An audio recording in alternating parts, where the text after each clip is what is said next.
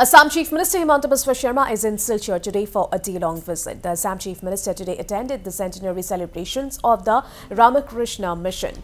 Chief Minister Sharma will also be inaugurating a newly constructed temple of Ramakrishna Paramhansa at the venue. Following this, Chief Minister Sharma will be taking part in the Golden Jubilee celebrations of the Deshbhakt Tarun Ram Fukonn Higher Secondary School, which is the only Assamese medium school in Silchar. The Assam Chief Minister will also be laying the foundation stone for a critical care block at the Silchar Civil Hospital. He will also be virtually laying the foundation stone for a new circuit house building in Silchar.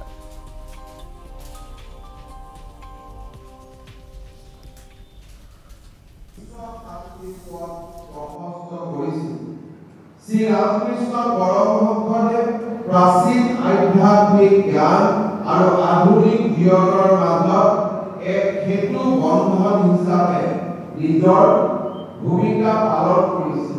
তেওঁ প্ৰমাণ কৰিছিল যে প্ৰাচীন আদৰ্শ আৰু অভিজ্ঞতাসমূহ আধুনিক জীৱনৰ পৰিসৰত উপলব্ধি কৰিব পৰা যায়, যাৰ ফলত আধ্যাত্মিকতা সকলোৰে বাবে গ্ৰহণযোগ্য আৰু প্ৰাসংগিক হৈ পৰে।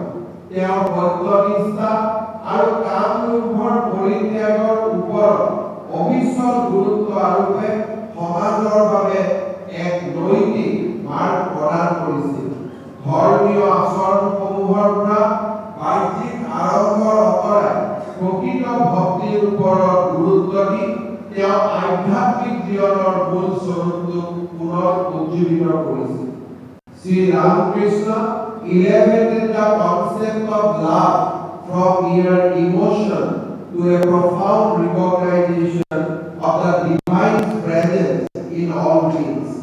He perceived the divine in everyone, from his wife and a disciple to individuals marginalized by society, treating all with unwavering respect. This realization from his wisdom that God is love has profound implications for human relationship and societal well-being. Sri Ramakrishna Paramhansadeve প্ৰেমৰ ধাৰণাক আৱেগিক অনুভৱৰ পৰ্যায়তে সীমাবদ্ধ ৰাখিব বিচৰা নাছিল। তেখেতে ইয়াক সকলো জীৱৰ মাজতে দিব্য উপস্থিতিৰ গভীৰ স্বীকৃতিৰ পৰ্যায়লৈ লৈ গৈছিল। তেওঁ নিজৰ পত্নী আৰু শিষ্যসকলৰ পৰা আৰম্ভ কৰি সমাজৰ দ্বাৰা উপেক্ষিত ব্যক্তিসকললৈকে সকলোকে দিব্যাত্মৰ উপস্থিতি অনুভৱ কৰি সকলোকে চৰম সন্মানৰ সৈতে ব্যৱহাৰ কৰিছিল।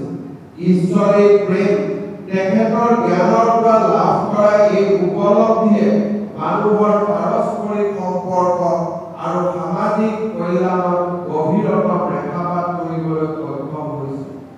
Among those deeply influenced by Sri Ramakrishna was Narendranath, who later became Swami Vivekananda. Swami Vivekananda carried forward his master's universal message, awakening the soul of India. Sri Ramakrishna Paramhansa's life and teaching continue to illuminate our path, guiding us towards spiritual